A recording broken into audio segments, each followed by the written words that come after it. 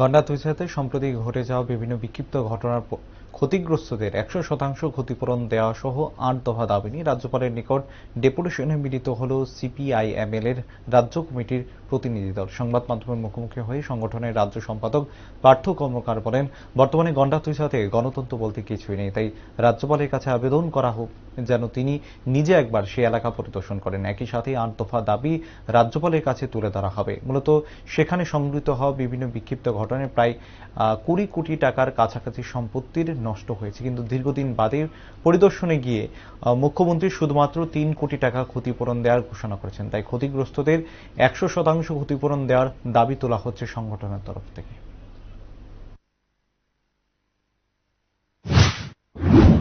একটাই এজেন্ডা, সেটা হচ্ছে গন্ডাতুইচা মহকুমায় গত 7 এবং 12-13 জুলাই যে অমানবিক এবং দুর্ভাগ্যজনক ঘটনা ঘটেছে, পরিস্থিতির যে সামগ্রিকতা, আমরা গত 3 তারিখ সেখানে ভিজিট করেছি এবং সেখানে মানুষের সমস্ত যে ক্ষয়ক্ষতি সেগুলো আমরা নিজেরা চাক্ষুষ করেছি।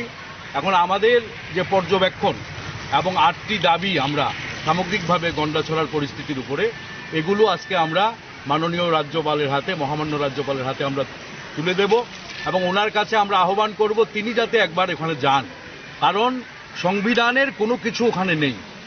পুরো সাংবিধানিক কোনো অধিকার আজকে গন্ডাছড়াবাসীর নেই।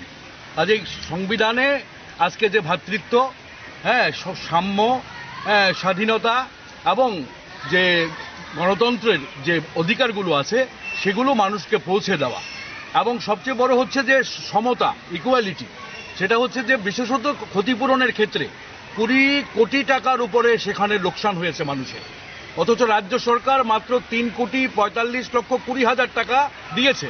মাননীয় মুখ্যমন্ত্রী 28 দিন পরে ভিজিট করেছেন এবং সেখানে গিয়ে তিনি আরো 2 কোটি টাকার মতো বরাদ্দ বেশি করেছেন, কিন্তু এটা 10 থেকে 12% না যা ক্ষতি হয়েছে মানুষের। তা আমরা বলবো যে 100% ক্ষতিপূরণ দিতে হবে।